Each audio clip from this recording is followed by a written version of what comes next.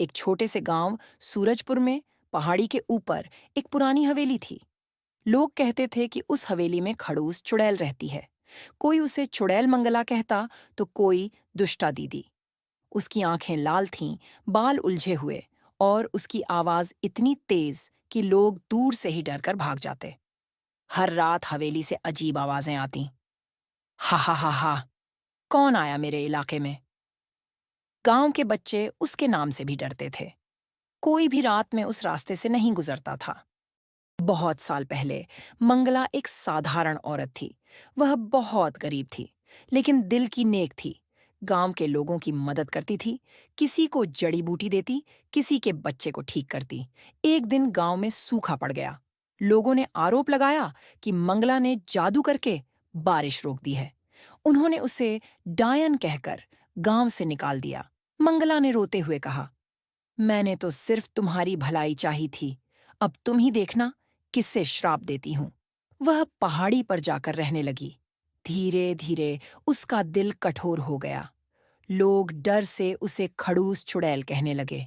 कई साल बाद गांव में एक नौजवान आया। नाम था वीरू। वीरू निडर और जिज्ञासु था। उसने सुना कि चुड़ैल की हवेली में सोने का खजाना छिपा है। गांव वाले बोले, वीरू, उधर मत जाना। जो गया कभी लौटा नहीं। लेकिन वीरू बोला, डरने की चीज नहीं है, सच जानना है तो देखना होगा। वह एक रात चांदनी में अकेला निकल पड़ा। उसके हाथ में लालटेन थी और दिल में हिम्मत। वीरू ने जैसे ही हवेली का दरवाजा खोला, कर कक आवाज आई।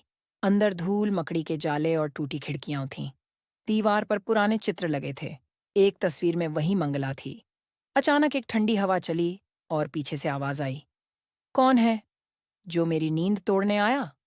वीरू पलटा। सामने वही खड़ूस चुड़ैल मंगला खड़ी थी। लाल आंखें, लंबा झबरा बाल और हाथ में मशाल। वीरू डरते हुए बोला, मैं तुम्हें नुकसान नहीं पहुंचाना चाहता, बस जानना चाहता हूं कि तुम लोगों से नाराज क्यों हो। मंगला जोर से हंसी। हाँ हाँ हाँ, अब तुम मेरे दुख जानना चाहते हो। जब सबने मुझे दुष्टा कहा तब कोई नहीं आया।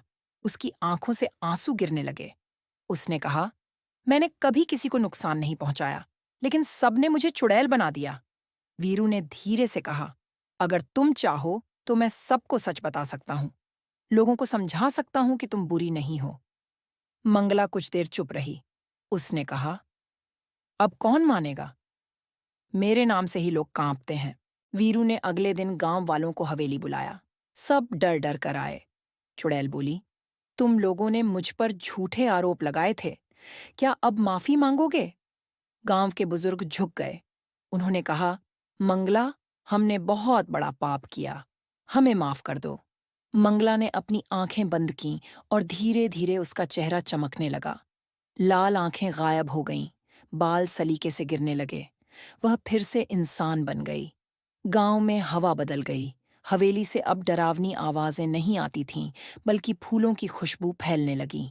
मंगला ने गांव के बच्चों को सिखाया कि कभी किसी को बिना समझे दोषी नहीं ठहराना चाहिए। वह फिर से सबकी दादी बन गई।